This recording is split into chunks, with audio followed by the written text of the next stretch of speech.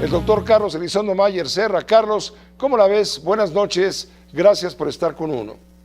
Al contrario, Pepe, buenas noches. Ciertamente un tema muy complicado, no es algo usual, es muy inusual que un gobernador diga algo como eso, que diga, acuse a su adversario de ser un instrumento del narcotráfico, de haber ganado gracias a ellos.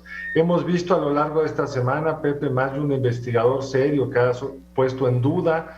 Eduardo Guerrero hizo un artículo muy preocupante sobre actividades del crimen organizado en Sinaloa que pudieron haber ayudado el triunfo del PRI, de Morena en ese estado.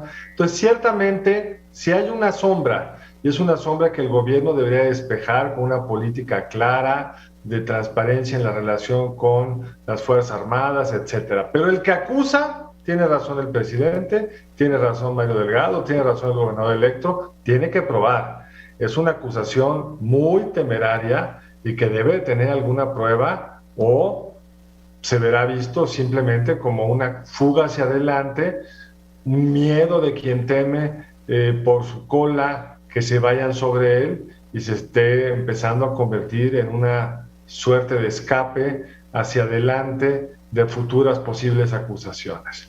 La única forma que tiene el gobernador Aureoles de no caer en ese escenario de mártir por la persecución es que realmente nos presente las pruebas. Ojalá que no sea el caso, pero si las tiene, que las presente, porque lo que sí sabemos, Pepe, es que sí ha sido un narcoestado.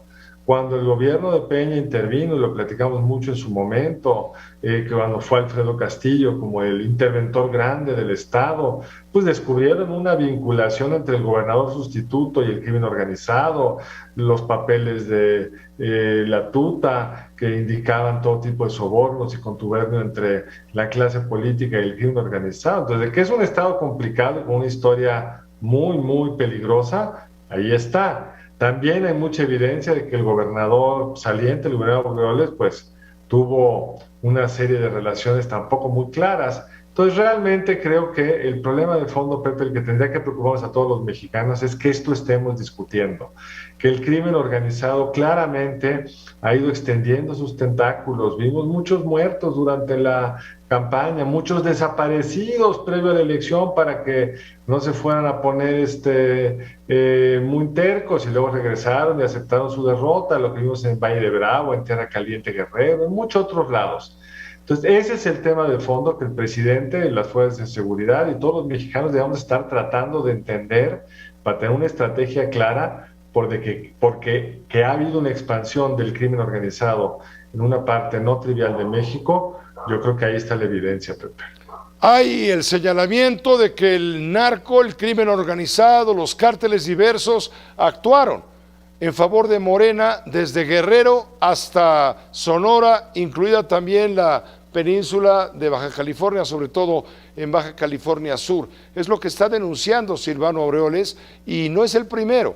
Ha habido varios políticos que han señalado, a veces soterradamente, que la victoria contundente de Morena en la costa del Pacífico fue gracias a los arreglos del gobierno federal con el crimen.